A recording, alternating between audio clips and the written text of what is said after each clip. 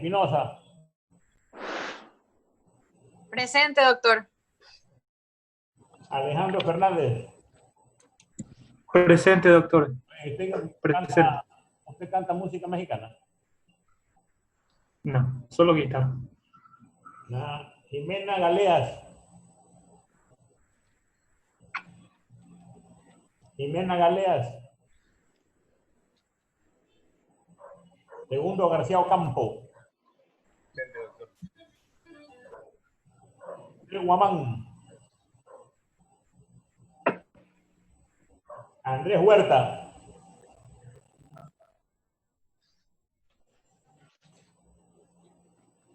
¿Qué tal, Melanie? ¿Cómo vamos? Estoy ya tomando lista. ¿Estamos bien? Sí, mija. Listo, gracias.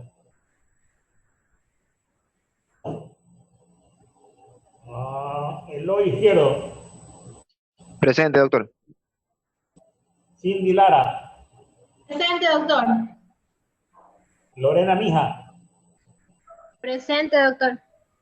Hay dos chicas que no han prendido sus, 6 personas que no han prendido sus cámaras. Lorena Mija ya está. Luisa Molina. Presente. Maite Moreira. Presente, doctor. Muy bien. Jocelyn Ortega. Presente. Diego Paredes. Presente, doctor. Denise Peralta. Presente. Luis Presente, Peñafiel. doctor. Presente. ¿Te está picando el cuero cabelludo? Peñafiel, ¿te está picando el cuero cabelludo? ¿Mandé? Y te está picando el cuero cabelludo. Es un síntoma de dermatitis seborreica. Gabriela Ramírez. Presente. Joel Romero. Presente, doctor. Ela Rosales. Presente. Giselle Rosales. Presente. Carla Salazar. Presente. Melanie Sánchez. Melanie. Alejandro Suárez. Eva Suárez. Presente, doctor. Doctor, quiso decir Alexandra Suárez, soy yo. Alejandro. Alexandra Suárez es usted. Y Eva Suárez. Presente. Luzmila Tenenuela. Presente, doctor. Aquí. María Denise Torres. Presente, doctor. Adriana Tumbaco. Presente, doctor. Rosa Valdivieso. Presente, Valdivieso. Marlon Vasco. Presente, doctor. Estefanía Andrango. Presente, doctor. Estefanía Vaque. Estefanía Vaque. Presente, doctor. Presente. No sé, aquí. Estoy revisando las pantallas para ver que Melina Cortés me prenda el video.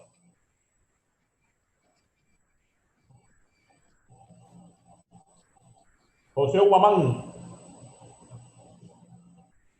Joseph Guamán. José Guamán Pérez. Paredes, doctor. Buenas tardes. Presente. Guamán Paredes. Sí. Presente. Melanie Sánchez. Melanie Sánchez. Melanie Sánchez. Listo, Calisto. Yo les dije a ustedes que yo paseo en las dos pantallas porque me gusta ver que todos estén. Yo no me voy a poner en la exageración de decirle, por favor, levántese para saber cómo está vestido, porque eso ya depende de uno. Yo sí le digo a Steven Calderón que está bien que esté vestido, porque ha transformado, y a Jocelyn Aranaque, que han transformado en el sitio que están en su aula de estudio. Yo ahorita, el día de ayer, ya la Universidad del Zulia contactó conmigo para un trabajo debo darme tiempo para abrir la plataforma, leer. Yo soy de la vieja escuela, apenas me den el formato PDF, le pido a mi secretaria que me lo imprima en ambas páginas para poder leer. Y al mismo tiempo que leo, yo lo subrayo y voy haciendo mi resumen. Mi resumen, ¿ves? Mi resumen está encuadernado, ahí está mi resumen, ¿ves? De tal manera que cuando la facilitadora del conocimiento me diga, Jorge, tal cosa, y digo, esta parte tiene tales y tales y tales elementos. Vamos a ir hablando de cada uno de ellos. La facilitadora se dé cuenta de que he estudiado y que tengo un orden lógico. Dicho en otras palabras, ustedes que dominan la tecnología, lo más probable es que me tengan aquí a un lado, hacia el lado, la pantalla donde están sus compañeros y al otro lado el libro. Y eso no es malo, porque eso es tecnología. Pero eso se aplica para la andragogía. Eso significa para las personas maduras. Para las personas como ustedes, tienen que haber hecho el esfuerzo de leer. Les dije en el primer día de clase, tienen que hacer el esfuerzo de hacer un resumen para poder. Entonces, vamos a tomar lección, y yo siempre digo que esto es la parte molesta, porque me toca revisar de que ustedes se han puesto a estudiar, y yo me baso en el hecho americano o judío de que todos están aquí porque quieren estudiar. Significa que no hay que ponerles el puñal en el pecho. Entonces, cuando yo pregunto una cosa, no quiero que me comiencen a repetir, o, en otras palabras, no quiero que me pantalla lo que les estoy preguntando. Dígame, fulanita de tal, hábleme de la embriología, y comienza que el vejez dice, oiga hija, haga el resumen. Entonces, ahí uno se da cuenta si parte del esfuerzo lo ha hecho. Entonces, vamos a comenzar con un número en el cual me permita, por lo menos, ¿cuál es la presidenta?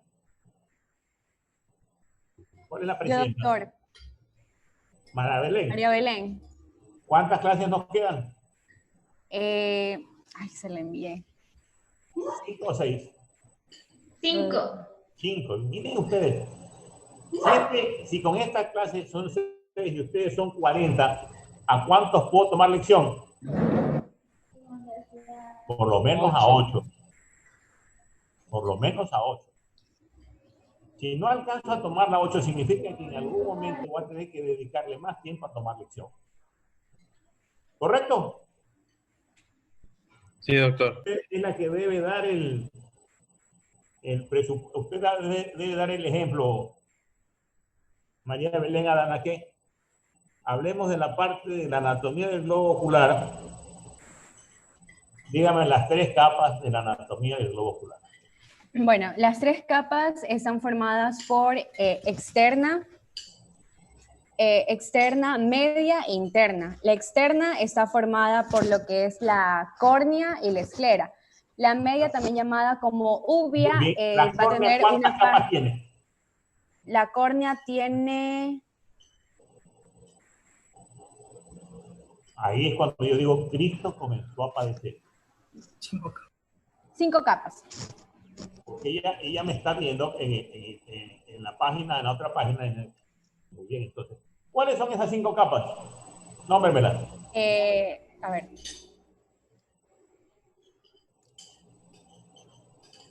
Hay que estudiar. Listo. Janet Caizalitín. Aquí, doctor. ¿Dónde estás, Janet? Doctor, Sí, ¿me escucha? te Ya. escucho. Vamos a hablar de la capa media o la uvea. ¿Cuántas capas tiene? 2, una posterior y una anterior. La uvea posterior y la uvea anterior. La uvea anterior, ¿cómo se divide? En cuerpo ciliar y el iris. Muy bien. Gracias. Melina Cortés.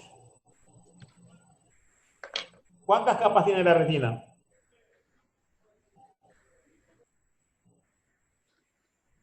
¿Cuántas capas tiene la retina? Melina.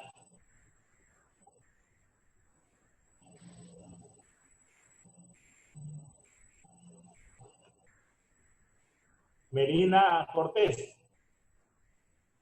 ¿Dónde estás, Melina Cortés?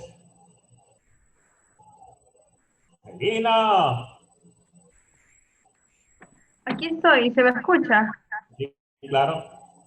Dos preguntas. ¿Cuántas capas tiene la retina y la retina cómo se divide? Ya, entonces la retina tiene 10 capas.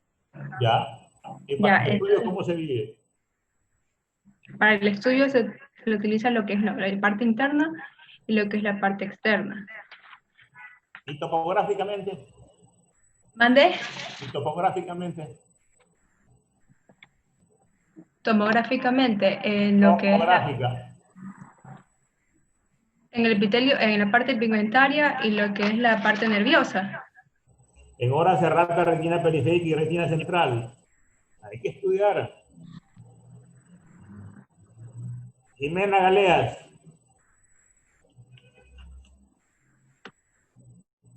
Jimenita. Jimenita. Jimenita Galeas. ¿Dónde estás, Adrián Huerta? Jimena Galeas, apague el micrófono. Jimena Galeas, no ha venido. Eloy Izquierdo. Eloy Izquierdo. Presente, ¿Cómo doctor. vamos, Eloy? Hablemos del contenido del globo ocular. ¿Qué contiene el globo ocular? El globo ocular contiene el cristalino, el vitrio y el humor acuoso. Muy bien. Hablemos de la vascularización del globo ocular. Ya, se las nombro. Sí. O sea, lo vascularizan lo que es la arteria central de la retina, las arterias cilares posteriores y las arterias cilares anteriores. Gracias. Maite Moreira. Maite Proenza. Aquí, doctor. ¿Dónde estás, Maite? Aquí. ¿Qué tal, mijita? Bien, Hablemos de los gracias. párpados. ¿Cuáles son las partes que constituyen los párpados y cuál es la musculatura de los párpados? A ver, en cuanto a los párpados, las estructuras que o sea, en cuanto a músculos, vamos a tener el orbicular, el elevador del párpado superior y también el músculo de Müller. ¿Y qué encontramos en los párpados? Vamos a encontrar las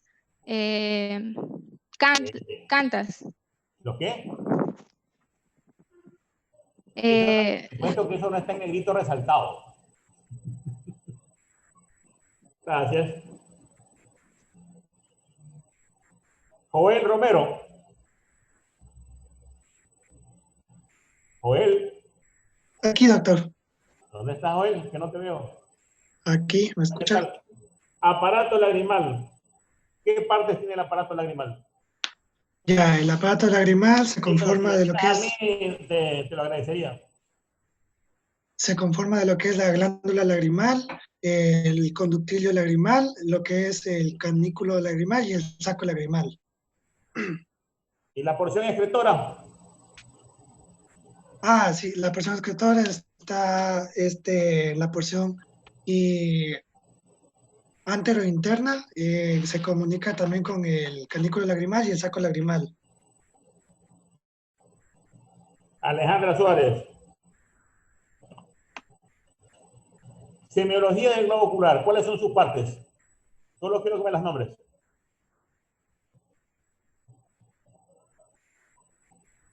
¿Dónde estás, Alejandra Suárez?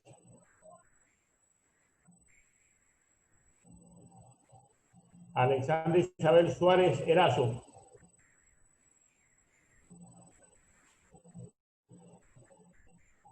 Alexandra Suárez Erazo.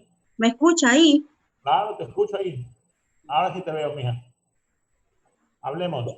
¿Me podría repetir la pregunta? Disculpe. Semiología y exploración en oftalmología. ¿Cuáles son las partes? Se explora la agudeza visual y la biomicroscopía. ¿Qué más? La presión intraocular y la motilidad ocular intrínseca. ¿Qué más? Y la motilidad ocular extrínseca. Ya, ¿qué más? El fondo de ojo y el campo visual. Listo. Tumbaco, Matías. ¿En qué, doctor? ¿Qué defectos de refracción usted conoce? ¿Qué defecto? Lo que es la hipermetropía, la miopía y el astigmatismo.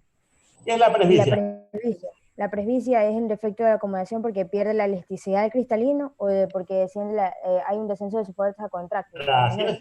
Muy bien, gracias. Ya vieron los demás cómo se toma a través de Zoom. No hay que repetir el tema porque si no, no se puede evaluar bien de quién ha estudiado o quién no ha estudiado. Por eso digo, hagan su resumen. Ahora vamos a hacer las exposiciones. María Ainaguano, ¿qué grupo representa primero? El grupo mío. Ya. Los primeros de la lista. Ya, ya un momento. Comencemos.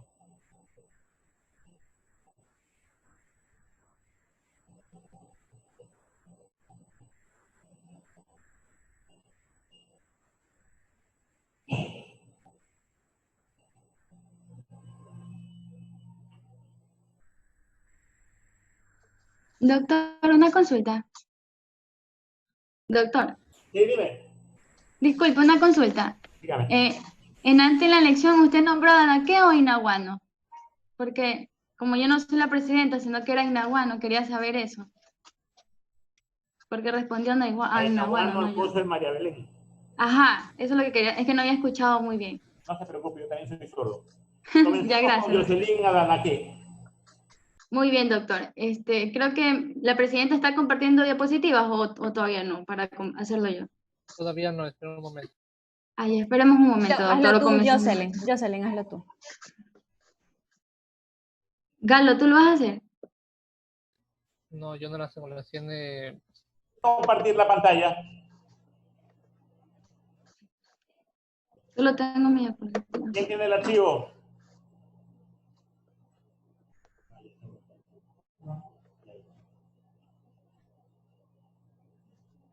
Ahí se ve, ¿no? Ahí estamos, ahí se ve. Ya.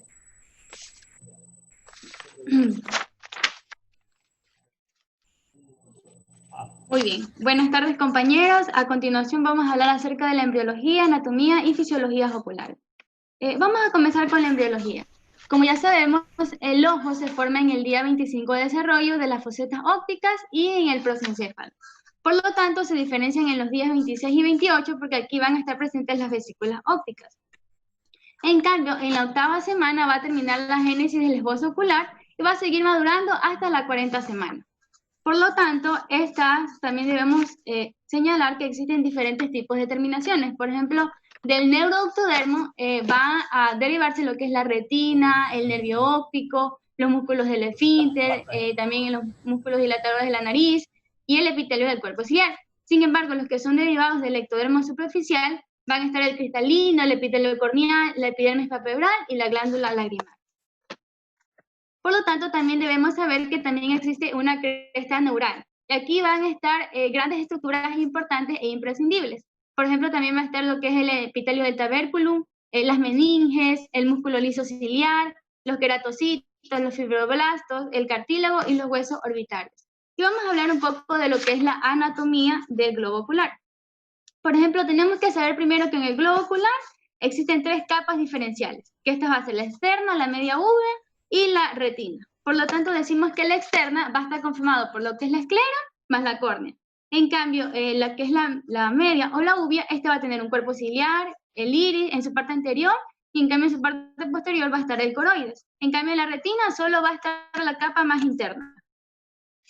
Por lo tanto, también es importante saber que existen 3 cámaras, cámara anterior, cámara posterior y cámara vítea. En la cámara anterior va a estar limitada por delante de la córnea y en la parte de atrás va a estar el iris. En cambio, en la cámara posterior va a estar comunicada entre el iris y el cristalino. Y ambas cámaras, tanto cámara anterior como cámara posterior, van a estar intercomunicadas por la pupila porque este va a contener lo que es el humor acuoso. Y por último tenemos la cámara vítrea, que esta en cambio se va a situar por detrás del cristalino, pero es algo imprescindible aquí porque esta va a ser la parte más voluminosa del ojo y es aquí donde va a estar lo que es el gel vítreo. Sin embargo, en su capa externa tenemos también tres estructuras, que es la esclera, la córnea y el limbo. En la esclera va a estar lo que es un soporte estructural del globo ocular, que este va a servir de inyección de la musculatura extrínseca ocular. En cambio, en la córnea van a estar dos valiosísimas también estructuras, que va a ser el epitelio y la membrana de Bowman. Y en cambio, en el limbo, este va a estar, como vemos que va a ser una parte de la zona principal, también va a ser una zona de transición entre la córnea y también, como vemos ahí, entre la esclera. Es decir, que ambas estructuras van a permitir o van a servir o van a ser responsables del drenaje del humor acuoso. Y por último, también tenemos una capa media obvia. Esta se divide en dos simples capas, ¿no? Una anterior, que va a conformar lo que es el cuerpo ciliar, el iris. En cambio, en la parte posterior, aquí va a estar donde es la parte coroides. A continuación van a hablar de la parte interna. Con la parte interna. Gracias, Ana. ¿Quién sigue? Andrés Huerta y Byron Vera, prendan sus cámaras. ¿Quién viene después? Yo, doctor. ¿Usted cuál es su apellido? Andrango. Andrango. Ya, listo, dile. Un segundito.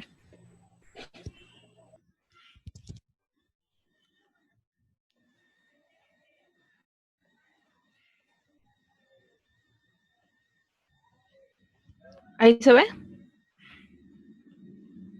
Sí, sí se ve. Sí. Bueno, continuando con la exposición, a mí me toca exponer sobre lo que es la capa interna de la retina. Lo que va a hacer la capa interna de la retina es que vamos a, o sea, la luz que va a entrar se va a transformar. Andrés, un momentito. Ainahuano, al final del primer capítulo usted tiene que entregarme o enviarme en formato PDF a mi correo todos estos trabajos de manera ordenada.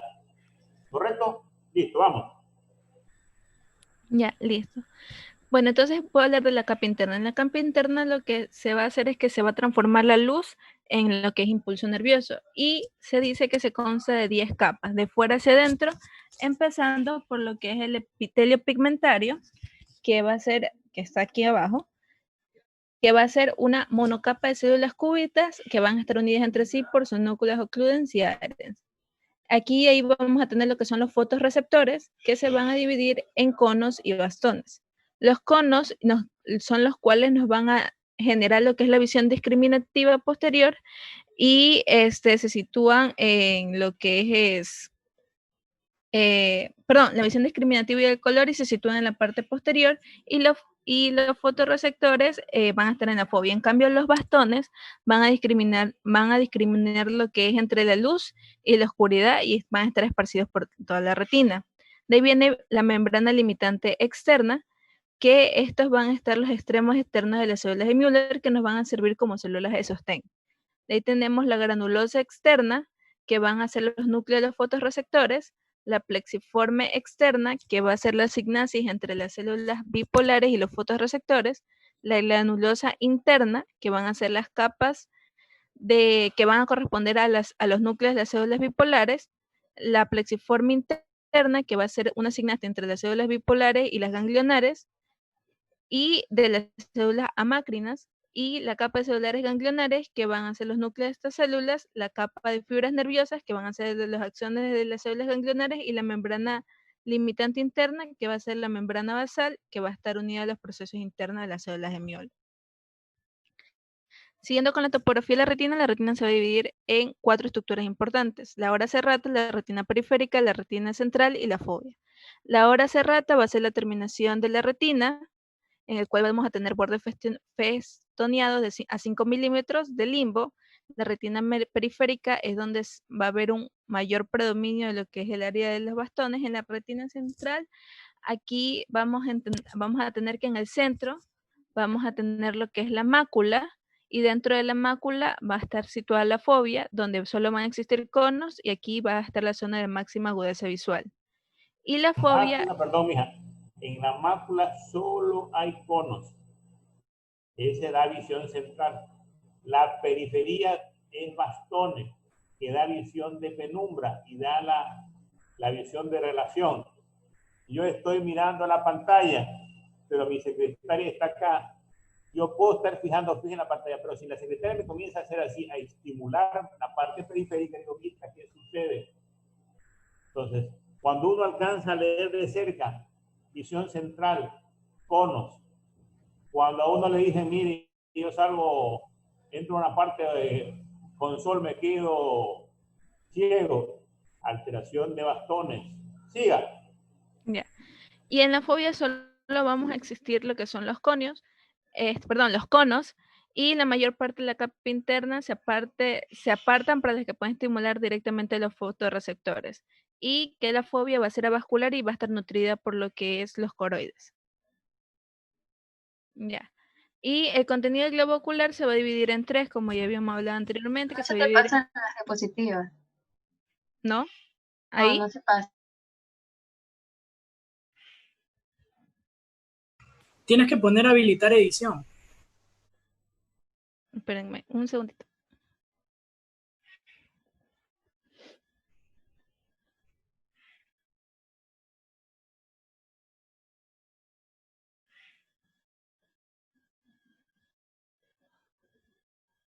¿Ahí sí ven?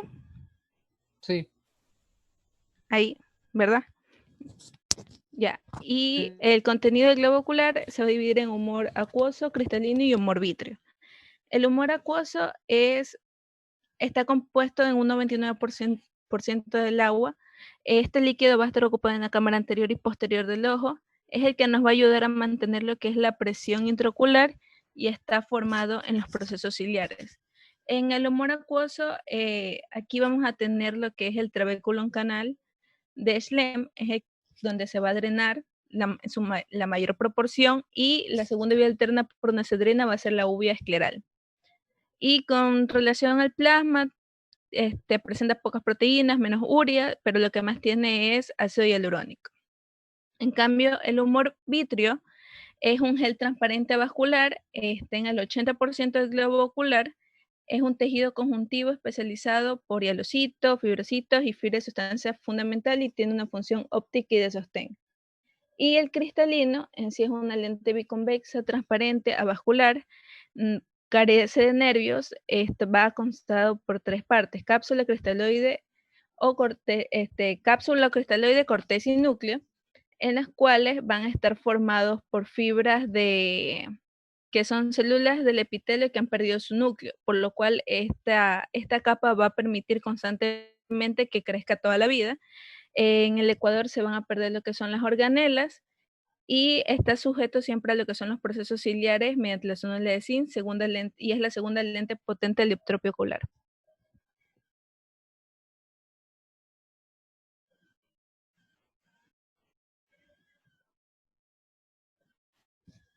Listo.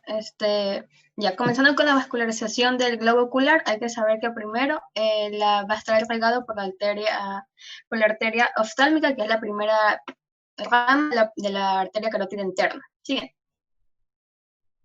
Entonces esta va a estar dada por la arteria central de la retina, que esta entra al ojo a través de la lámina cribosa y va a aparecer en el centro de la papila. Esta arteria se va a dividir en dos ramas, una rama superior e inferior, y a su vez se va a separar en una nasal y en temporal. Y estas no van a formar lo que una anastomosis, una rama. En la retina van a discurrir por toda la capa de las fibras nerviosas y nutren prácticamente toda la retina, excepto los que son las áreas de los fotorreceptores, el epitelio pigmentario, que estas son irrigadas por los coroides. Y la fobia, como ya sabemos que la fobia es avascular, no va a estar irrigada por ninguna arteria. Bien. Luego tenemos las arterias ciliares posteriores, que estas penetran en el ojo alrededor del nervio óptico y estas se van a dividir en dos. Múltiples ¿Eres ramas Ayala? cortas. Sí, Ya, listo, Ayala. que las ramas cortas van a formar plexos al entrar, dando lugar a la cariocapilar, y dos arterias de ramas largas que llegan hasta el cuerpo ciliar sin dar ninguna rama más. Luego tenemos las arterias ciliares anteriores, que son ramas terminales de las arterias que irrigan al músculo recto. Estas penetran en el ojo delante de la inserción de los cuatro rectos, y junto a las arterias ciliares posteriores largas van a formar lo que son los círculos arteriales, y estas van a dar ramas para los coroides periféricos, el cuerpo ciliar y el iris. Siguiente. Luego, las venas del globo ocular, estas son tributarias de las dos venas orbitarias, es decir, que están formadas por la vena central de la retina. Se va a dividir en las venas vorticosas, que salen por el ecuador del ojo y drenan a sangre de la uvea, y las venas ciliares anteriores, que reciben sangre de la porción anterior de la esclera, el cuerpo ciliar y el iris. Siguiente.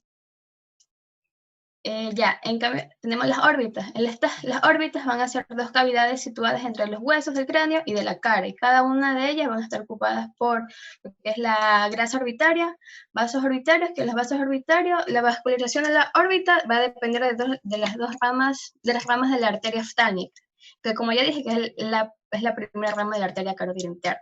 Y en su recorrido, la arteria oftálmica va a pasar a través del agujero óptico y va a dar ramas para los músculos extrínsecos, para los senos etmoidales, la nariz, los párpados, la frente, la glándula lagrimal, y la arteria central de la retina y las arterias ciliares. Siguiente. Bueno, y las venas, que se reúnen en dos venas orbitarias, una que es superior, que también sale por la hendidura esfenoidal, y la inferior, que la hace por la hendidura esfenomaxilar, y las dos llegan al seno cavernoso. Siguiente, por favor. Bueno, y en los nervios orbitarios, va recorriendo lo que es la órbita, y aquí se encuentran múltiples ramas nerviosas, que incluye lo que es el nervio óptico, que es una extensión del sistema nervioso central, los nervios lagrimal, nasal y frontal, que son ramas sensitivas del oftálmico e infraorbitario, y que es la rama del maxilar superior. Tenemos el nervio patético, que es el cuarto par craneal, que va a inervar el músculo oblicuo mayor, y el sexto par craneal, que va a inervar lo que es el recto lateral. Y el tercer par craneal, que inerva el resto de los músculos extraoculares. Hay que saber que el tercer par craneal también contiene las fibras parasimpáticas procedentes del núcleo de Edinger-Westphal, y estas fibras hacen su sinapsis en el ganglio ciliar. Gracias. A continuación tenemos los párpados. Estas van a lo que es a delimitar lo que es la hendidura palpebral. Sí, doctor. La unión de estos van a constituir los cantos internos y externos. Tenemos que el canto interno va a tener unos 6 milímetros, y en este se va a encontrar el tubérculo lagrimal, que a su vez se va a dividir también en una porción anterior, una porción interna y una porción externa. Tenemos que la porción interna va a estar sin pestañas y va a albergar lo que es el punto y el canículo lagrimal. En cambio, la porción externa o ciliar va a estar cubierta de pestañas. A su vez, estas se van el borde va a presentar lo que son dos labios, uno anterior y uno posterior. El anterior van a estar formado están constituidas lo que son las glándulas sebáceas, o también llamadas glándulas sebáceas de 6 y las sudoríparas de Moll. Y en su labio posterior va a contener de 20 a 30 orificios que corresponden a los conductos secretorios de las glándulas de meibomio. Tenemos que las glándulas sebáceas de 6 y las glándulas de meibomio van a secretar lo que es la capa lipídica de la lágrima. Y tenemos que de delante hacia atrás el párpado posee una epidermis, una dermis, el músculo y lo que es el tarso, el músculo orbicular. Tenemos que los músculos del párpado van a ser tres. Primero va a ser el orbicular, que va a estar inervado por el séptimo par craneal y está compuesta por fibras concéntricas a la hendidura palpebral, cuya acción va a ser cerrar lo que es el párpado, los párpados. El elevador del párpado superior posee inserciones a nivel de la cara anterior, del tarso y de la piel, donde se va a formar lo que es el surco palpebral superior. Y el músculo de Müller, que va a estar inervado por el simpático, va desde el elevador del párpado hacia el borde superior del tarso, y este va a ayudar a la elevación de los párpados.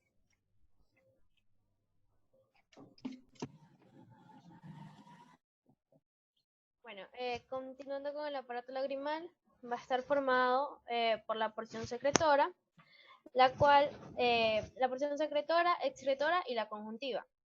Dentro de la porción secretora tenemos que va a estar constituida por la glándula lagrimal principal, que va a estar situada en la porción anterolateral del techo de la órbita, en la fosa lagrimal, el cual va estimulado por el núcleo vegetativo lacrimomuconasal, por el nervio petroso mayor superficial, pasando por el ganglio fenopalatino hasta llegar a la glándula lagrimal. Dentro de las glándulas lagrimales accesorias vamos a encontrar a las células caliciformes, que van a segregar la capa de mucosa de la película lagrimal, a las glándulas de Krauss en el fondo de sacos conjuntivales, las de Wolfram, que van a estar cerca del borde superior terminal tarsal, y van a producir las secreciones acuosa basal estimuladas por el simpático. Y las glándulas de Meibonio y de Seyss, que son las encargadas de la secreción de la capa lipídica de la lágrima. Dentro de la porción excretora vamos a tener a los puntos lagrimales, que van a estar en la entrada de la vía. Aquí podemos ver el punto lagrimal superior e inferior. Vamos a tener a los canículos, que van a unir a estos puntos lagrimales en un canículo común, y este va a bajar al saco lagrimal. Y el saco lagrimal en sí, que va a estar situado en la porción inferointerna de la base de la órbita, que se continúa por abajo con el conducto lacrimonasal, que va a estar excavado en el maxilar superior y se abre junto con el meato de la nariz. A nivel distal se presenta la válvula de Hasner. Dentro de lo que es la conjuntiva, vamos a tener que es una mucosa delgada y transparente, que va a tapizar la superficie interna de los párpados y que se va a dividir en la cara, y que va a estar en la cara anterior de la esclera, que se va a dividir en conjuntiva palpebral, fornix o fondo de saco, y la conjuntiva vulvar. En el ángulo interno se van a encontrar el pliegue semilunar y la carúncula. Bueno, dentro de la vía óptica vamos a tener al nervio óptico, que va a estar formado por los axones de las células ganglionares de la retina, además por las células gliales, que van a presentar 4 porciones. La porción intraocular, la porción intraocular, que va a estar constituida por las fibras amielínicas que forman a la papila, la porción orbitaria, que atraviesa el músculo y el anillo de zinc, la porción intracanicular, que entra en el canal óptico, y la porción intracraneal, que termina en el quiasma. El quiasma óptico va a estar adherido por la dura madre y la aracnoides al diencéfalo, y se va a relacionar lateralmente con la arteria carótida interna y por debajo con el diafragma de la silla turca. Y tenemos también a la cintilla óptica, donde van a pasar la mayoría de fibras. Estas van a hacer sinapsis en el cuerpo geniculado externo, y un pequeño porcentaje que va a abandonar antes de la cintilla hacia el área pretectal.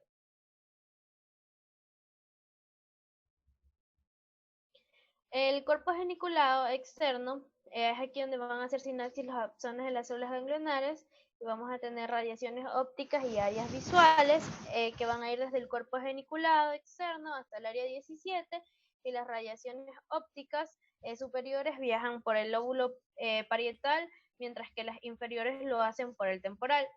Se establecen las conexiones con el área 18 y 19 junto con otros centros de asociación para elaborar una percepción binocular final. Y las vías simpáticas, que van a comenzar en la región hipotalámica, desde la cual las fibras van a ir desde el centro cilioespinal entre la C8 y la D2, donde hacen la primera sinapsis, salen de la médula y van a llevar a cabo la sinapsis en el ganglio cervical superior, en donde las fibras postganglionares siguen el plexo carotidio hacia el nervio nasociliar. Y las funciones de estas van a ser la dilatación de la pupila o midriasis, va a ser vasomotora y para elevar el párpado superior o el músculo de Müller.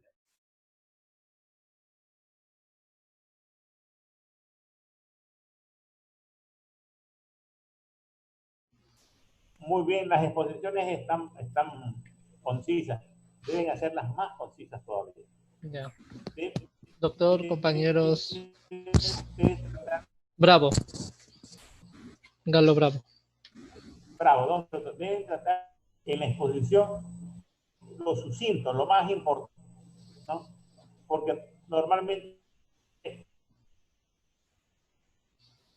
un resumen de esto. Sigamos. Aspectos de exploración. Tú eres Bravo. Sí, doctor, buenas tardes, compañeros. Ahora hablar sobre la semiología y la exploración en oftalmología. Vamos a hablar sobre los aspectos que vamos a evaluar. Se evalúa la agudeza visual, la biomicroscopía, la presión intraocular, la motilidad ocular intrínseca que va a evaluar la función de la pupila, la motilidad ocular extrínseca, el fondo de ojo y el campo visual. Siguiente. La agudeza visual es la capacidad que tiene una persona de percibir dos puntos como independientes. ¿Cómo se va a valorar esta agudeza visual? Se va al paciente se va a valorar tanto la visión lejana como la visión cercana. La visión lejana que se coloca al paciente a 6 metros de distancia y la visión cercana que al paciente se lo va a colocar a unos 30 centímetros para evaluar. Y lo que evalúa la agudeza visual es la agudeza visual normal, se la evalúa, se le da valor de una unidad y va a ir disminuyendo de 0.9, 0.8, 0.7 y estos valores se pueden considerar normales. Si el paciente no puede, en la tabla que podemos ver en la parte superior, donde está la letra E, que es la tabla de Snellen, si el paciente no llega a leer la letra grande, lo que se va a pedir es, al paciente se le va a pedir que a qué distancia puede percibir los dedos del doctor. Si no puede percibir esto, vamos a valorar en el paciente si puede percibir o no la luz, y si no, vamos a identificar en el paciente una amaurosis, que es la pérdida de la pérdida visual en el paciente. Y al paciente, para poder valorar la agudeza visual, también se va a utilizar el agujero estenopeico para descartar ametropía, ya que al paciente, al colocarlo, como pueden ver en la imagen, el agujero estenopeico es un agujero pequeño, el cual el paciente va a poder ver por ahí y su agudeza visual va a mejorar. Si eso no pasa, se puede decir al paciente que tiene una ametropía. Siguiente. La biomicroscopía. La biomicroscopía es una técnica en la cual se utiliza la lámpara de hendidura, que es una fuente de luz, como pueden ver en la imagen, que dice la lámpara de luz, rayo de luz, y un microscopio, que se va a permitir hacer una biopsia en vivo de las estructuras que constituyen el polo anterior del ojo. ¿Y qué se valora en esa biomicroscopía? Se valora la transparencia de la córnea y del cristalino, la profundidad que tiene la cámara anterior y la presencia de posibles lesiones en el iris. Y podemos utilizar para teñir úlceras en la córnea, que esta colorante de fluoresceína tiene cierta afinidad por el colágeno, por lo cual podemos distinguir algunas lesiones. Siguiente. La presión intraocular. Esta técnica de aquí es una técnica indirecta, se utiliza el tonómetro de aplanamiento o de Goldman. ¿Por qué es indirecta? Porque la única forma de medir la presión intraocular es lo que encontré es que debemos usar un catéter para medir dentro del globo ocular. Esa de aquí es esa presión intraocular, utilizando el tonómetro de aplanamiento, mide la presión ocular de manera indirecta, produciendo una presión sobre el ojo y va a valorar la presión que tiene el ojo. ¿Y cuál es la presión normal? La presión ocular normal va a variar entre unos 12 y unos 22 milímetros de mercurio. Siguiente. La motilidad ocular intrínseca. Nosotros vamos a valorar la motilidad ocular intrínseca en un paciente valorando la contracción de las pupilas al pasar una linterna por el ojo, por la pupila. En condiciones normales las pupilas son... Dos minutos, yo cojo una lámpara. Sí. Esta que está aquí. y le hago así. Esta lamparita vale $150. Ya. Pero en cambio ustedes van a la ferretería, señor, que vale $1.50. No, tengo una de 75 centavos. ¡Deme esa! Igual te sirve. Igual te sirve. Ya. Porque el conocimiento no está en la lámpara, el conocimiento está aquí. Entonces, cuando a ti te toque estar en la emergencia, primero, lo que te interesa es si hay ictus, si la pupila hace así. Segundo, si la pupila está miótica, que es cosa rara, lo que más te va a interesar es si la pupila está midriática, está dilatada. Porque si la pupila está dilatada, el paciente ha sufrido un trauma, está clarito que está, el cerebro el agujero occipital se está herniando. Entonces tú lo que necesitas saber, vamos a pensar que el paciente lo mordió una culebra y tú lo quieres atropinizar y no sabes cuánto de atropina debes poner porque te olvidaste del kilo peso. Listo, le mandas la ampolla y 10 minutos después miras la pupila. Sigue cerrada, le mandas otra ampolla y miras la pupila. Le mandas la tercera ampolla de atropina, miras la pupila y ya está dilatada. Listo, está atropinizado. Sigamos. Ya. Siguiente. Ya, la motilidad ocular extrínseca, esa de aquí va a medir la capacidad que tienen los músculos extraoculares de movilizar el ojo. Aquí se valoran los nervios oculomotores. Y ¿cómo vamos a evaluar esa motilidad ocular extrínseca? Se puede usar un cover test, que es cubrir el ojo, un ojo y ver si un ojo se dirige o se mueve. Entonces, normalmente el ojo no debería moverse, pero si ya se llegara a mover, ya podríamos hablar de alguna patología en el ojo. Siguiente.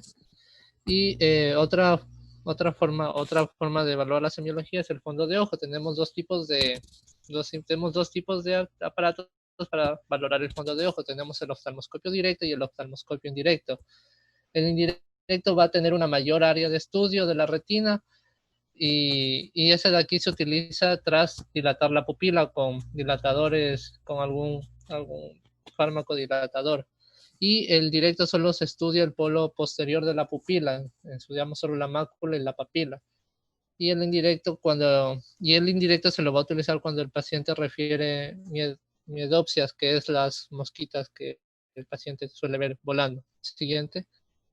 Ese es un fondo de ojo directo donde solo se va a ver la mácula, el disco óptico y algunos vasos sanguíneos. Es solo una imagen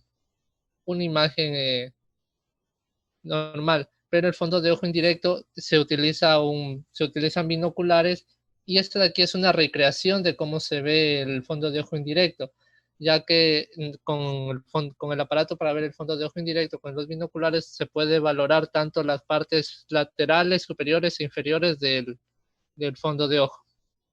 Siguiente. Y el campo visual se va a utilizar un aparato que se llama campímetro, que se determina el grado de sensibilidad a la luz de la retina en cada punto del campo visual, que son varias secciones que va a valorar ese aparato, el campímetro, y determinará cuánto es el campo visual que tiene un paciente. Siguiente. Gracias.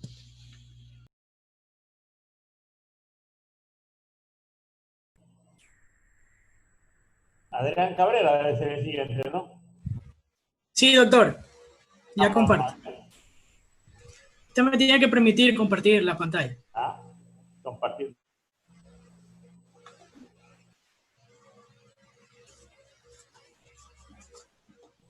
Los demás, ¿cómo hicieron?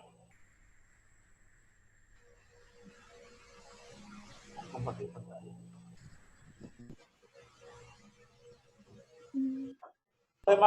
¿Cómo hicieron los demás para compartir la pantalla, Adrián? Ya. Ya creo que voy a poder estar. Share screen. Ahí se comparte la pantalla, compañero. Muy bien. ¿Cómo?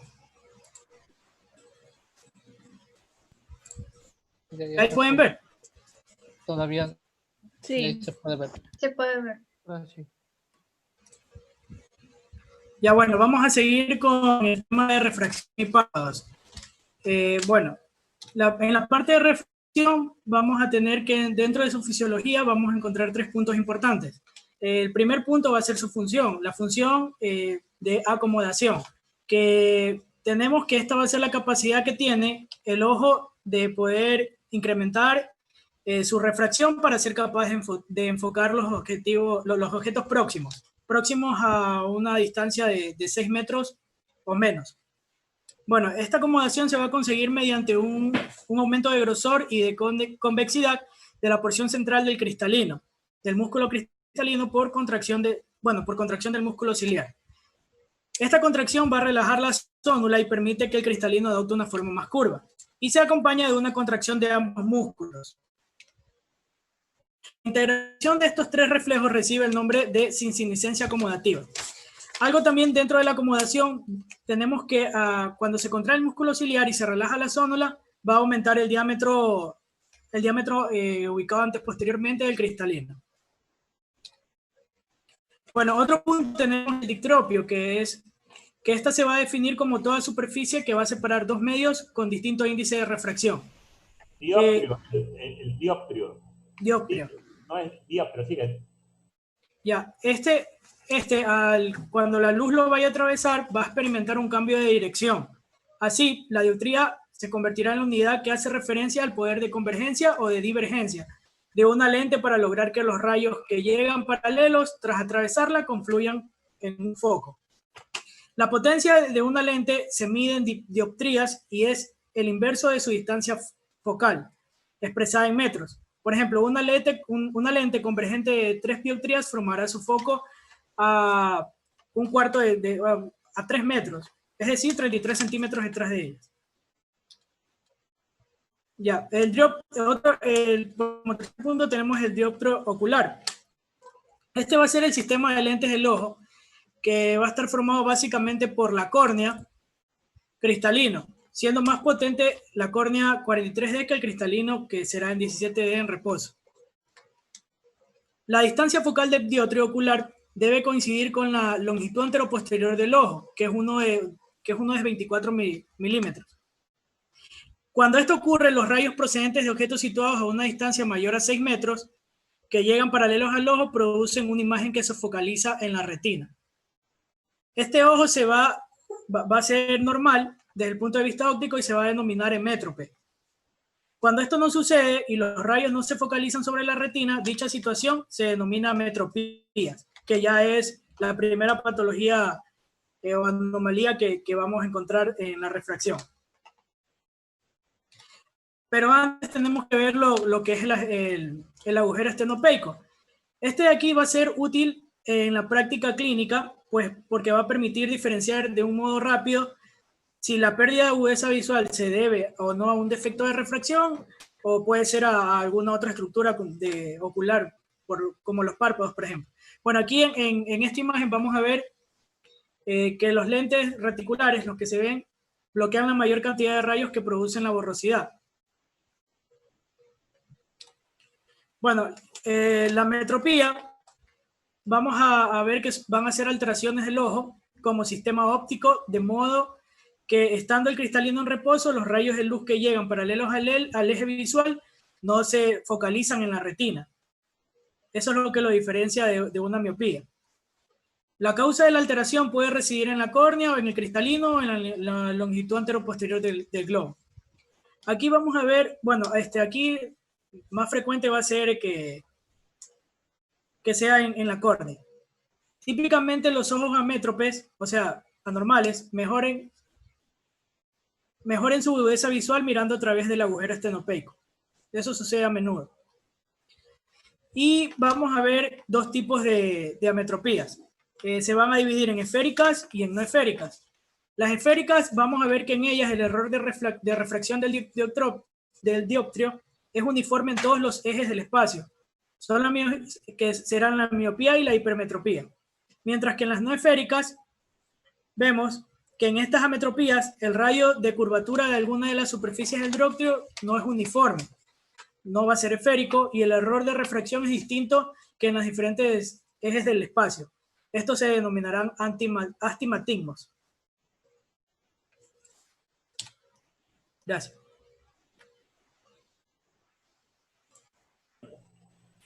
Siguiente. Debe ser Adrián Cabrera. No, yo hablé, doctor, acabo de hablar. ¿Cómo te llamas? Cabrera. Ya, entonces Janet Caizalitín. Sí, doctor, pero permítame compartir la pantalla, por favor. Todos, compartan, nomás compartan. Es que no sale.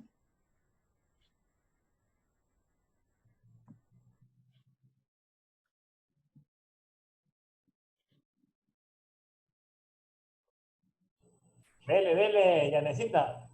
Sí, estoy intentando, pero no me permite usted compartir la pantalla ahorita. Yo le permito todo. Ya, ahorita sí.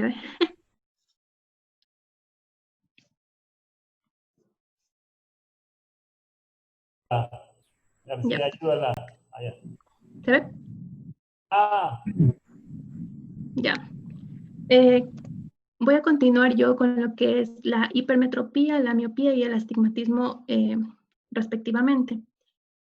Cabe recalcar y recordar lo que el compañero acaba de mencionar recientemente, que la hipermetropía pertenece a una de las ametropías, específicamente la que es la de tipo esférica. Entonces así podemos ya definirla y decir que es un defecto ocular de refracción en la que los rayos que inciden en el ojo pasan directamente detrás de la retina, como se observa aquí en la imagen B. Perdón, como se observa en la imagen B. ¿Qué vemos en la imagen B? Un ojo emétrope, o sea, un ojo normal, en la que los rayos recaen directamente sobre la retina, cosa que no ocurre en la imagen A, que es una imagen y un ojo hipermétrope en el que, como dijimos, los rayos sobrepasan atrás de la retina. ¿Qué ocasiona esto? Ocasiona que se dé una mala visión de cerca, o sea que va a tener una visión borrosa de cerca y una mala agudeza visual. Entonces las personas van a ser capaces de enfocar objetos a distancias lejanas y medias, pero con mucha dificultad enfocan objetos a distancias próximas o realizan trabajos que requieran una visión próxima. Con respecto a las causas, tenemos dos posibles causas. Una, que el globo ocular sea de poca longitud. ¿Qué quiere decir esto? Como usted mencionó en la clase anterior, que es un globo ocular pequeño en la que se da esta situación de que los rayos pasen atrás de la retina. Y otra causa es que tenga un potencial, una potencia de refracción del segmento anterior baja, o sea, de la córnea cristalino. Aquí el poder del cristalino no va a ser lo suficientemente fuerte como para poder mantener con nitidez los objetos cercanos durante un largo periodo de tiempo, ocasionando lo que es el hipermetropismo propiamente. Algo importante, o sea, nos queda claro aquí ya que el hipermétrope no ve de cerca, ve de lejos. Entonces, esta distancia que logra ver, esta distancia de cerca en una persona normal, un adulto joven normal que no tenga ningún defecto ocular, se llama punto cercano. En un hipermétrope, el punto cercano se va a ubicar a una distancia de más de, el punto cercano normal es de 25 a 30 centímetros y en un hipermétrope el punto cercano va a ser mucho más distante. Una pregunta muy frecuente es si es fisiológico o no. Pues mayormente en los niños es normalmente fisiológico la mayoría de las veces, pero ellos tienen un gran poder de acomodación, por así decirlo, en el que no se va a presentar la borrosidad principalmente, ya que ellos son capaces de doblar los rayos de luz que normalmente pasarían atrás de la retina y hacerlos caer directamente sobre y los hacen caer directamente sobre la retina, enmascarando esta situación. Una clasificación clínica tenemos aquí que es la hipermetropía, que se basa según la acomodación. Tenemos la latente y la manifiesta. La latente es aquella cantidad de hipermetropía que el sujeto es capaz de compensar acomodando, mientras que la manifiesta es aquella que el individuo no es capaz de compensar. Es importante recordar que a medida que el sujeto va envejeciendo, va disminuyendo lo que es la capacidad para la acomodación, pero como mencioné anteriormente, los niños tienen el poder de enmascarar este defecto de refracción. Entonces, para poder corregir a ellos la hipermetropía se realiza una refracción bajo ciclopejía. ¿Qué quiere decir esto? Que Aquí se coloca unas gotitas de anticolinérgicas o de atropina para poder relajar el músculo ciliar, haciendo que esta hipermetropía, que es la latente, o sea, la que es capaz de acomodarse, pase a la manifiesta, para poder así graduar los lentes y eso. Clínicamente esto va a depender de la edad principalmente y del grado de hipermetropía. Tenemos la hipermetropía, si la persona tiene una hipermetropía leve y es joven, va a tener una clínica de estenopatía acomodativa que comprende el cierre y frotamiento ocular, dolor ocular, visión borrosa, congestión ocular con conjuntivitis y blefaritis. Puede también existir estrabismo convergente por la incidencia de acomodación convergencia y un pseudopapiledema porque la lámina cribosa va a ser más pequeña, entonces la papila va a presentar bordes hiperémicos y borrosos. Para su diagnóstico necesitamos una correcta evaluación de la retina, un examen de refracción, examen de los movimientos oculares, examen de glaucoma, examen con lámpara de hendidura, la valoración de lo que es la agudeza visual y la valoración con el retinoscopio. El tratamiento se da específicamente con lentes convergentes o lentes positivos, como ya lo sabemos, lentes de contacto, inclusive con la cirugía LASIK, que son los lentes convergentes, son aquellos que tienen, tienen más grosor en el centro que en las extremidades. ¿Qué más? La cirugía que les mencioné. Eso con respecto a la hipermetropía. Pasamos entonces a la miopía. La miopía asimismo como la hipermetropía, es importante recordar que pertenece a la ametropía de tipo esférica, que es un defecto ocular asimismo de refracción en la que los rayos de luz no van a llegar directamente a la retina, sino van a encontrarse o van a recaer por delante de esta, como podemos ver aquí en la imagen.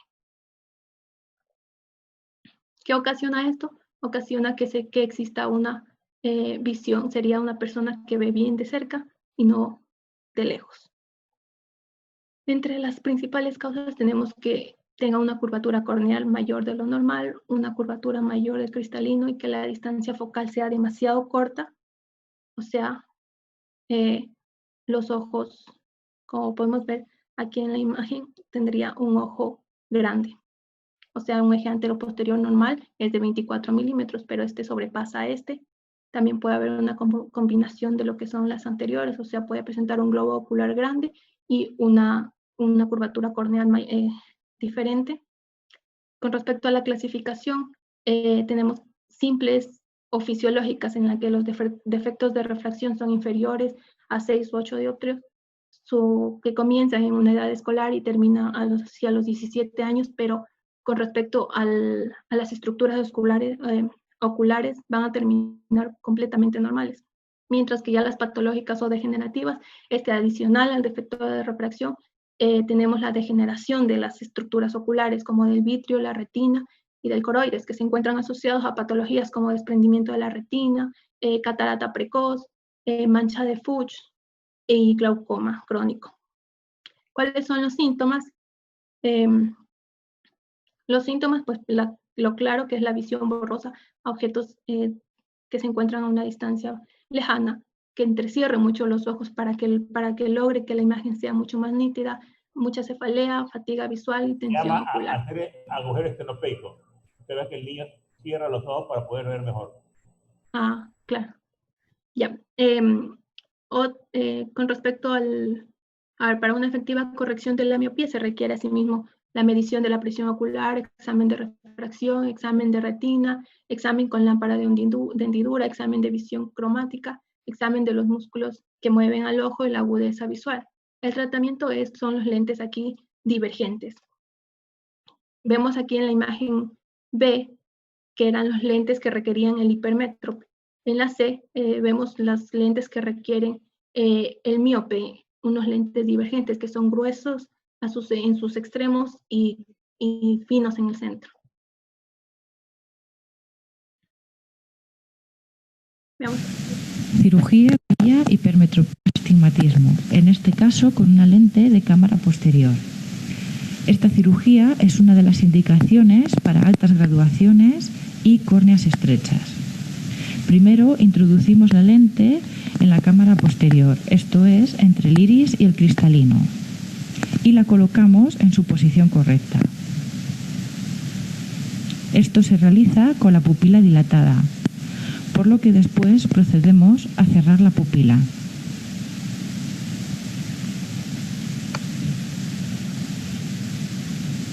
Por último, realizamos un pequeño agujero en el iris. Este vídeo ha sido ofrecido. Eso con respecto a la miopía. Y por último, el astigmatismo, pues hablábamos en cada inicio de la diapositiva que pertenecía a una metropía. Esta ya no es la de tipo esférica, sino la de tipo no esférica. Entonces, ¿qué es el astigmatismo? Bueno, es igual un defecto ocular de refracción, pero ¿qué pasa aquí? Que las imágenes se van a dar en dos puntos focales, uno por delante y otro por detrás, permitiendo o ocasionando que se dé una imagen borrosa tanto de lejos como de cerca. Esta parte del enfoque delante de la retina y detrás de la retina se conoce como el conoide de Strum. Y también se debe por un... El conoide de Strum es una explicación de cuando cae adelante y un punto focal que cae de 3, por eso es que las imágenes se ven, el paciente ve mal, borroso de lejos y borroso de cerca. Siga. Ya. A ver, aquí tenemos otro videito. En este video nos explica el astigmatismo con respecto a la mala estructura de la córnea. Aquí vemos que en una persona sana la córnea va a ser esférica, que permite enfocar lo que son las imágenes de cerca y de lejos, obteniendo lo que ya sabemos, una visión clara. Pero en el astigmatismo vemos que la córnea va a ser distorsionada, ovalada, haciendo que estos dos rayos de luz no lleguen en dos puntos focales, como lo mencioné anteriormente, provocando las imágenes borrosas en las dos distancias, tanto de lejos como de cerca. Y la cirugía que lo repara puede ser también una cirugía que más adelante vamos a ver. A ver, las causas es una curvatura corneal irregular, que ya lo mencioné en el videito anterior, una curvatura irregular del cristalino, puede ser por traumatismos, por úlceras en la córnea o de origen congénito. Esto nos lleva a que puede ser regular o irregular. Regular cuando es posible corregirlo con lentes e irregular cuando es imposible, por ejemplo, un traumatismo o úlceras. ¿Qué síntomas? Tenemos la visión borrosa en objetos de distancia próxima y lejana, dificultad para el cambio de visión cerca-lejos, cefalea, no se distinguen bien los detalles de las figuras, mareos, fatiga visual. Para una efectiva corrección se requiere la prueba de refracción, evaluación de la agudeza visual, medición de la curvatura de la córnea con queratómero. En caso de los niños o personas que no puedan responder a una prueba, se requiere de la retinoscopía. Aquí se usa los lentes cilíndricos que observamos ahí. Para un diagnóstico del astigmatismo, tenemos la esfera o abanico astigmático, en el que vemos en esta parte de aquí una persona normal cómo observa esta esfera y un astigmático cómo la ve. Y por último, un video sobre el tratamiento quirúrgico de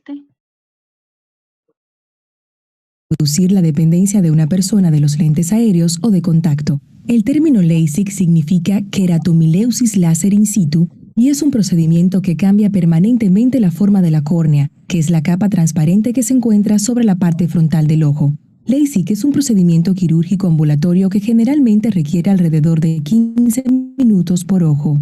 Antes del procedimiento se le solicitará que se recueste boca arriba y permanezca quieto. Se utilizarán gotas tópicas para anestesiar el ojo y se lavará y limpiará la zona de alrededor del ojo. También se le puede administrar un sedante para ayudarlo a relajarse.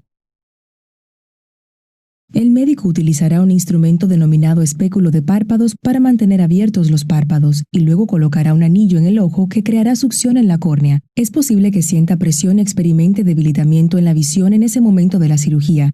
Una vez que el anillo esté asegurado en su lugar, el médico colocará un dispositivo especial denominado microqueratomo en el anillo de succión. Usando la cuchilla de microqueratomo, el médico creará un colgajo cortando aproximadamente el 20% del extremo de la córnea y levantándola cuidadosamente hacia un lado. Después de retirar el anillo de succión y el microqueratomo, el médico utilizará pulsos de un láser excimer controlado por computadora para darle una nueva forma a la córnea al vaporizar partes diminutas de su interior. Generalmente, esta parte del procedimiento tarda menos de 60 segundos. Luego el médico volverá a colocar el colgajo de la córnea en su posición original y observará el ojo durante varios minutos para garantizar la adherencia. Debido a que la córnea se adhiere tan rápido, la curación es rápida y el ojo no requiere puntos. Gracias, doctor.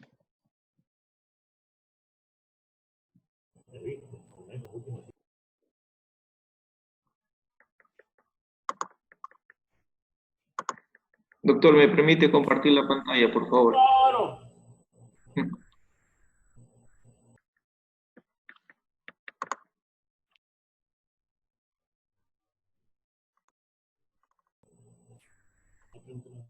¿Con quién tengo el gusto de estar hablando? Bueno, mi nombre es Steven Calderón. Buenas tardes, doctor, compañeros. Les voy a hablar sobre presbicia y cirugía refractiva. Ya. Todo está muy bien. Lo que sucede es que las exposiciones están muy largas. Entonces, ustedes deben volver a leer el libro, que ya es entre sucinto, sacar un resumen y ese resumen ponerlo en la presentación PowerPoint. ¿Correcto? Esperemos que la próxima vez sea más, porque estoy seguro que la mitad de tus compañeros están como está Jocelyn y está Adrián, con la cabeza así, ¿ves? De lo cansado. Esto tiene que ser dinámico, sigue. Ya, ok. La presbicia en sí es un fenómeno fisiológico asociado al envejecimiento. Se da prácticamente por la pérdida en sí de la capacidad de la acomodación. Y esto ocurre porque los músculos que van a permitir que el cristalino se convexe, estos no se van a contraer y por lo tanto el paciente con presbicia no va a poder enfocar los objetos a una distancia de 25 a 30 centímetros. Bueno, se presenta a partir de los 40 años de edad y bueno, en el caso del hemétrope, como las ametropías, en el hométrope, en la persona normal, se presenta a partir de los 40 años, en el hipermétrope, antes de los 40 años y en el miope, después de los 40 años. La solución para este defecto es el uso de los lentes convergentes, los cuales en su centro son gruesos y en su periferia finos, y van a permitir que las luces que atraviesan este lente convergen en un punto exacto. La cirugía refractiva. La cirugía refractiva es una cirugía planificada en la cual primero se debe medir el grosor de la córnea, que es también normalmente entre 550 micras, y bueno, el paciente que va a recibir esta cirugía, primero, debe ser mayor de 18 años, y segundo, en el caso de que si es miope, no debe tener menos de 8 dioptrios, y bueno, en el hipermétrope también se lo utiliza.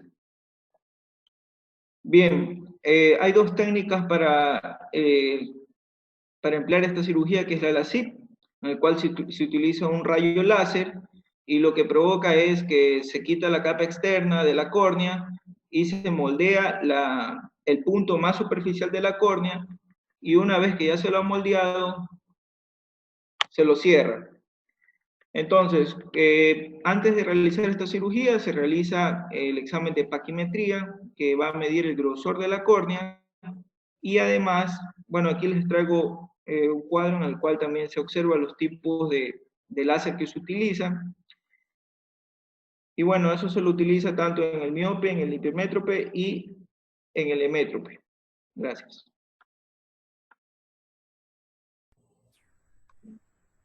Muy bien. Tienen 3 minutos para ir al baño, tomar agua y levantarse. En 3 minutos regresamos.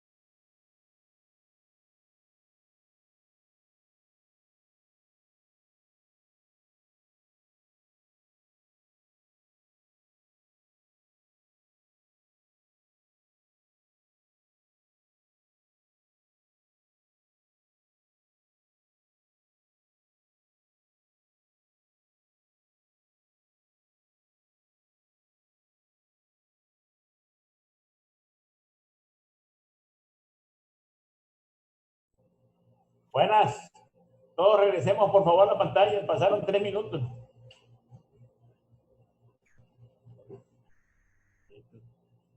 Ay, Denise.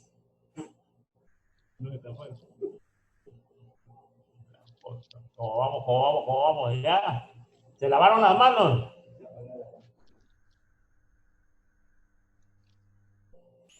Bueno, volvamos todos. Isaac está con audífonos y parlantes. Doctor, Ya.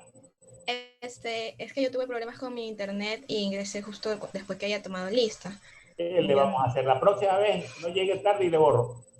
Está bien. ¿Dónde están los demás?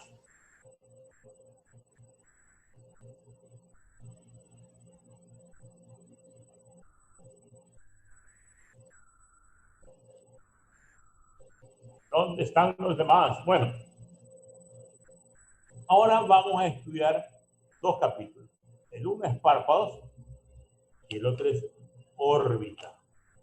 Como ustedes habrán dado cuenta, el libro es bastante sucinto.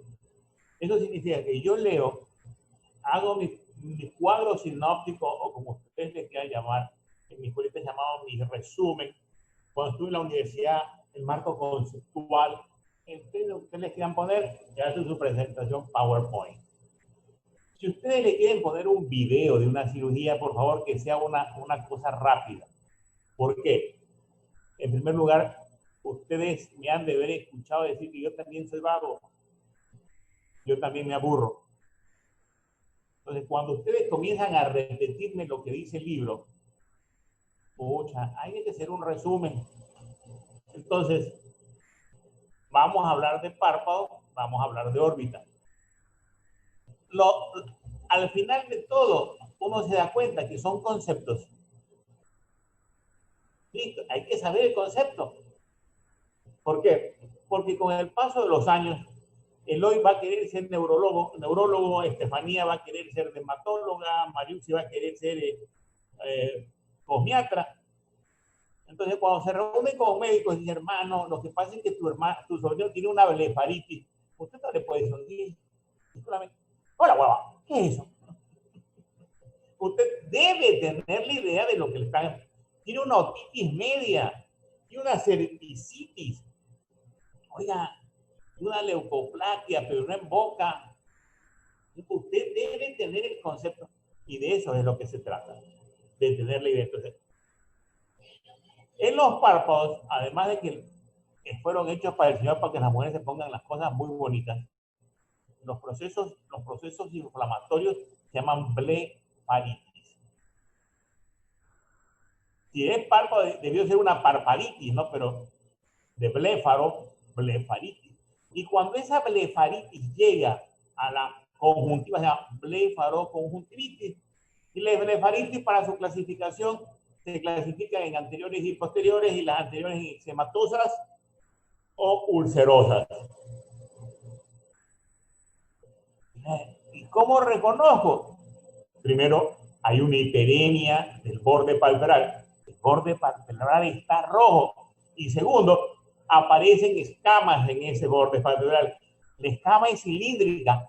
Si la escama es cilíndrica, lo que tengo que coger es una muestra, ponerle un microscopio y voy a buscar al Demodex. Y el Demodex, hay 2 tipos de...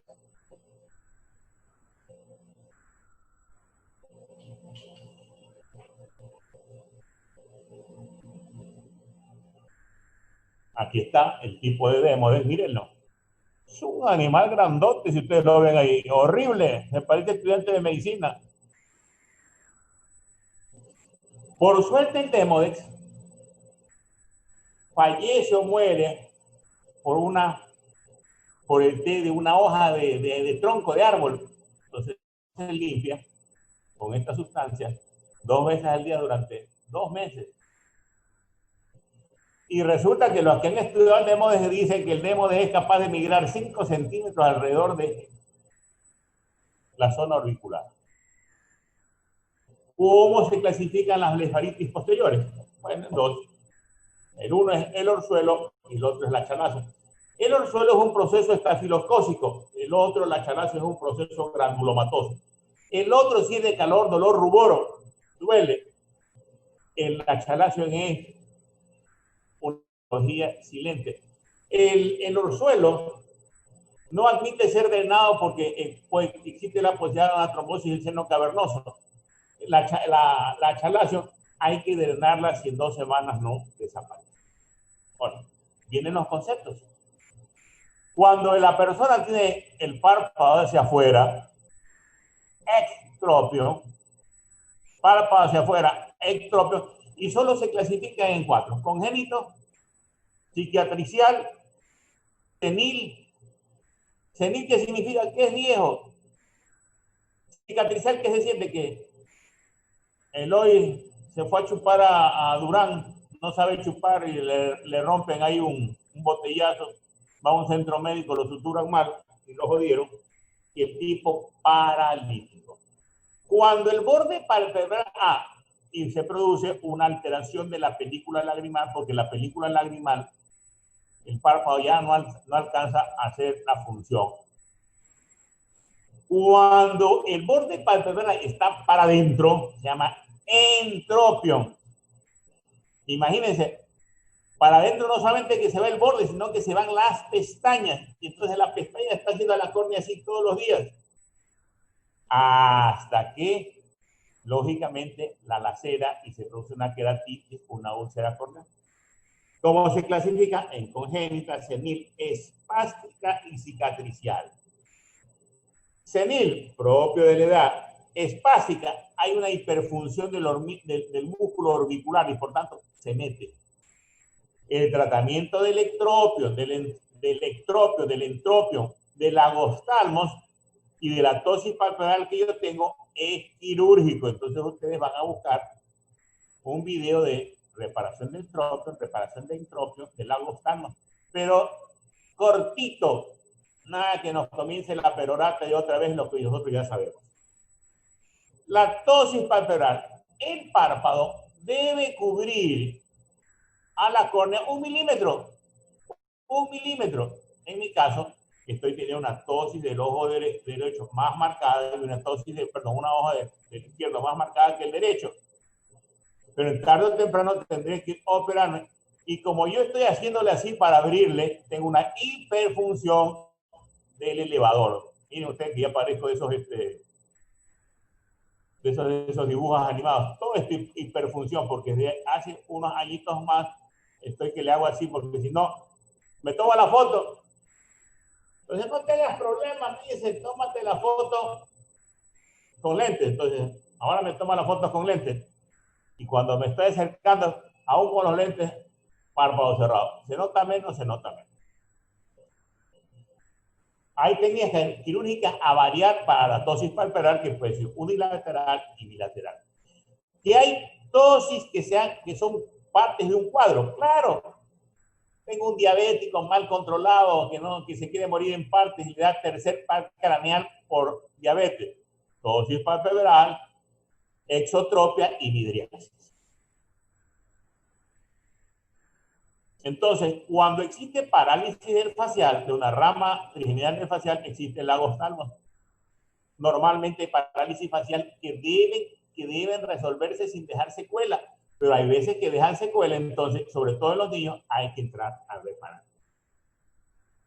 Quiero que se fijen en esta bolsita que se está creando acá. Aquí. Ese se llama blefarocalasis. Y quiero que se fijen en esta bolsita que se está creando acá. Se llama dermatocalasis. Y esto se debe a que las paredes se están debilitando y por tanto la grasa periorbitaria está protruye. Puede que también se altere la cantidad de pestañas. La pérdida de las pestañas ya sabemos que se llama madrosis. El aumento de una tercera línea de pestañas se llama distriquiasis. Y que la mala posición de las pestañas para adentro se llama distiquiasis. Ahora, como ustedes han visto, esta parte es lo que más está expuesto al sol. Y entonces nosotros, esta zona puede ser lugar de lesiones precancerosas o cánceres benignos, lesiones precancerosas y lesiones malignas propiamente dichas. Entonces, dentro de los benignos, lo que más frecuente son los siringomas o el depósito de lípidos en esto, la santelasma. Si yo viera que Fabián Vasco Guerrero tuviera un santelasma, yo lo primero que le diga, oye Fabián Vasco. Dígame, doctor. ¿Qué edad tienes? 23 años. 23 años. Digo, oye, Fabián, 23 años y con un depósito de lípido aquí. Vamos a hacerte un perfil lipídico. Vamos a pensar que ese perfil lipídico esté alterado. ¿Qué va a suceder con él en los próximos años cuando se le hagan placas en la carótida y placas en las otras arterias? Va a sufrir un infarto. Claro, riesgo cardiovascular elevado. Entonces, ahí es la que hace la diferencia entre el que ha estudiado medicina y el que ha asistido a clases pero no ha escuchado. Entonces, listo, tienes un riesgo vascular elevado. No, hermano, pero yo el colesterol, bueno, lo tengo bien. Entonces, tienes que comenzar a hacer ejercicio, perder peso y comer sano. No, pues que las chuletotas con el 2 gramos de arroz. ¿Qué te parece si coges 2 cucharaditas de arroz, 1 o 2 tazas de verduras y te comes 300 gramos de cerdo magro? Ah, no, es que a mí en la gordura y el cuero me matan, yo como. Ah, muerte, carajo. Ah, no, es que antes de morir te vas a ir a una unidad de terapia intensiva donde los 40 días que vas a estar y te cuesta $60,000 y que tienes que pagarlo a la familia. Y para el cuerpo te vas a morir. Entonces, uno tiene que cuidarse. Hay lesiones vasculares, sobre todo en los niños que nacen. Hay que dejarlos evolucionar. Los americanos quieren hacer la radiografía y tienen que hacer el enlace para que no quede ni rastro. Y hay lesiones precancerosas. Entonces resulta que a mi mujer, mi cuñado, vaso celular en la nariz, vaso celular en el párpado, vaso celular en la oreja. Y yo le digo a mi mujer, oye, ¿tú te la vas a llevar de pre? Ándate al dermatólogo para ver qué te dice. Lesiones precancerosas, señora. Bloqueador, sombrero de ala ancha. No vayas a la playa, sino a las 4 de la tarde. A las 4 de la tarde que vos bajas, yo a la playa, a mí me gusta ir tempranito, tipo 10, para poder ver el mar y cómo las chicas caminan ahí en hilo dental, tanga y tantas cosas, cachetero. Entonces, temprano. No hay más, señora, el resplandor también jode igual. No hay parasol, no hay carpa que sirva. Y los tumores malignos. En los tumores malignos es sencillo. El vasocelular, que es el 90% con respecto al espinocelular. Entonces, uno ve una lesión aquí, sobre todo en esta parte, uno dice, por favor, hay que hacer resección y biopsia. Tenemos un vasocelular. Listo, tranquilo. Ah, pucha, tenemos un espinocelular. Te jodiste, porque ahora hay que hacer marcadores tumorales y ver si eso no se infiltró. Entonces, el último paciente que yo le dije, mira, eso me parece un espinocelular por la forma aperlada y que estaba aquí, yo, ándate a soltar que te lo saquen. Entró en pánico, don Huevas, y lo vuelvo a ver a los años, y tuvieron que sacarle todo, un vaciamiento y dejarle pielcita ahí. Entonces, uno tiene que actuar rápido. Y por último, yo soy enemigo de los lunares aquí. Esa pendejada que es cafecito y que es negro, yo prefiero pensar más que ese es el melanoma. Los melanomas matan, así sea el puntito más chiquito en su piel, melanoma. Es preferible pecar por exceso a pecar órbita. Si la naturaleza nos permitiera tener un solo ojito ahí, como es esa serie Futurama, de esa chica hermosa con un solo ojito perfecto, pero te ha puesto 2 y te lo ha puesto todavía en una pirámide trunca.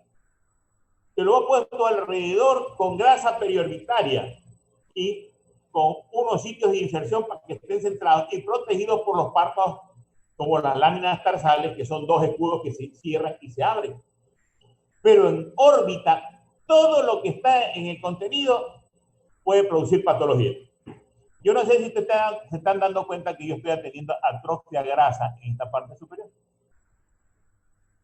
En unos 15 años no me quedará grasita acá y tampoco abajo, y el globo ocular va a caer. Entonces, esa sensación o esa percepción de que el globo ocular está para atrás se llama enoftalmos. Pero lo más frecuente es que el globo ocular, me faltan 4 o 5 en la pantalla. Adrián Guamán está que mira el televisor, digo, la pantalla del celular. Me faltan, Carlita Salazar volvió a entrar.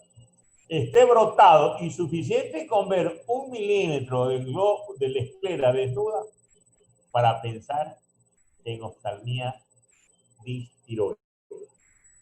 La oftalmía distiroide tiene 4 signos que son sencillos. Primero, la retracción te da la visión de terror. Segundo, cuando el globo ocular baja, se va acompañando del párpado. En esta patología, el globo ocular baja y el párpado se queda elevado. Entonces, se pone más la esclera expuesta. El parpadeo está reducido y por último hay depósitos de pigmento alrededor de los párpados. La celulitis orbitaria se divide en tirotóxica y maligna. La maligna, en las dos, el que debe tratar eso es el endocrinólogo. Señora, ¿y usted qué lo...? A mí me ve mi doctor. Y su doctor es endocrinólogo, no es clínico. ¿Y usted de dónde viene? Yo vengo de Babahoyo. ¿Y usted le ha visto el diploma que dice internista, medicina interna, alguna de esas cosas? No, yo le he visto su diploma de médico, porque mi médico tiene como 70 años. Corra. Ustedes han visto esos letreros que dicen enfermedades de adultos, señoras y niños, ginecólogo. Puta. El hombre es geriatra, es ginecólogo, es pediatra y es geriatra. No conozco un hombre brillante así. Yo lo que conozco es oftalmólogos que son retinólogos y hacen glaucoma. Claro, una pulgada cuadrada. Luego viene un proceso inflamatorio antes del tarso y después del tarso. Antes del tarso, celulitis orbitaria preseptal. Después del tarso, celulitis orbitaria postseptal. La celulitis orbitaria postseptal se trata con antibióticos que llegan a piel, desinflamatorios y observación. La celulitis orbitaria preseptal, que afecta a la tranquilidad y a la economía, obliga a tener internamiento y observar. Hace unos añitos atrás, dice el diagnóstico de celulitis orbitaria postseptal a un muchacho de 18 años, viernes al mediodía, lo hice ingresar por emergencia. En emergencia lo mandaron a una sala. Sábado y domingo el muchacho hizo una septicemia y el domingo de la noche fallecía porque en el hospital Bernaza se para de viernes, sábado y domingo. No hubo quien le dijera, mira, hay que darle penicilina o llamar al infectólogo y decirle, mire, qué antibióticos, qué cuadros podemos tomar para evitar esto. Ahora, existen varias patologías en las cuales solo tenemos que saber su clasificación o su concepto, porque ustedes ya los están estudiando en otras partes. La tromboflebitis del seno cavernoso, que es complicación de infecciones. Por favor, no te revientes los forúnculos o la dermatitis en sus jóvenes. Ponte pañito de agua caliente, jabón azufrado, pero no. Listo. Fístula carótido cavernosa. Siempre existe como antecedente un trauma. Dicen de manera espontánea, yo no he visto. Debe ser en las extremidades inferiores. Normalmente acá siempre ha existido el antecedente de un trauma. Y la fístula carótido cavernosa son de baja intensidad y de alta intensidad. Los de baja intensidad no producen problemas. La conjuntiva se vuelve roja porque aumenta la intensidad de las venas y las arterias que están en ese sector. Pero en cambio las de alta intensidad te producen un problema. Ustedes me escucharon decir en la clase anterior que los casos de los procesos ciliares a la cámara posterior atraviesan y a la cámara anterior al canal de Schlemm y del canal de Schlemm a las venas acuosas epistelares. Estas venas acuosas epistelares están alteradas por la presión de la fístula carótida cavernosa, entonces el paciente pierde visión por un glaucoma refractario. Ahora, la hemorragia orbitaria está producida por un trauma, normalmente un intento de anestesia periocular. Se da espontáneamente en pacientes que tienen displasia sanguínea. Raro. Tumores orbitarios. Los tumores orbitarios, para su clasificación, en infantiles y en el adulto. Entonces, tienen que volver ustedes a cuáles son en los infantiles. El glioma, el rhabdomyosarcoma, los tumores quísticos y los tumores metastásicos. El más difícil de tratar es el rhabdomyosarcoma porque es altamente maligno. Le den al niño ustedes un diagnóstico de un rhabdomyosarcoma y ustedes están poniendo la bendición. No hay manera. Y en el adulto, los tumores vasculares, los tumores linfomatosos, los meningiomas, los tumores propagados de senos paranasales, los derivados de la glándula lagrimal, que son raros, y los tumores metastásicos que normalmente vienen de mama y pulmón. Cáncer de mama. Pero mi señora, ¿a usted no le dijeron que cuando entra al baño se toque? Miren ustedes que las mujeres que tienen la ventaja, pueden entrar al baño, tocarse entre el marido y decir, me estoy haciendo diagnóstico. Pero imagínense a un hombre que ustedes vean haciendo diagnóstico de necesidad de próstata. Suena raro. Listo, y para terminar, el pseudotumor inflamatorio. Veo que se rieron, por favor. Oiga, ya vamos a 2 horas. ¿Cuántas 2 horas sentados? Hay que hacer una broma. El pseudotumor inflamatorio es todas las características de un tumor. Los exámenes salen negativos y ceden muy bien a la corticoterapia. Entonces,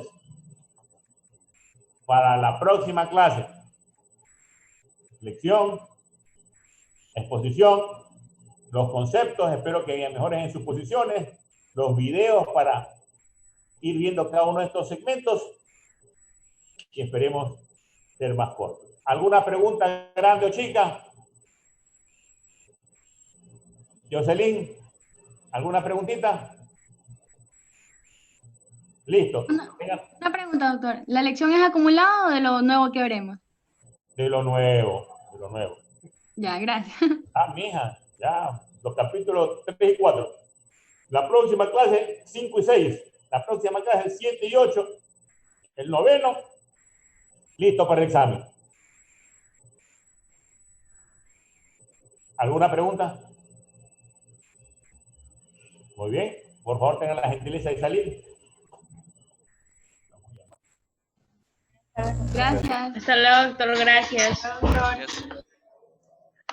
Hasta luego, doctor.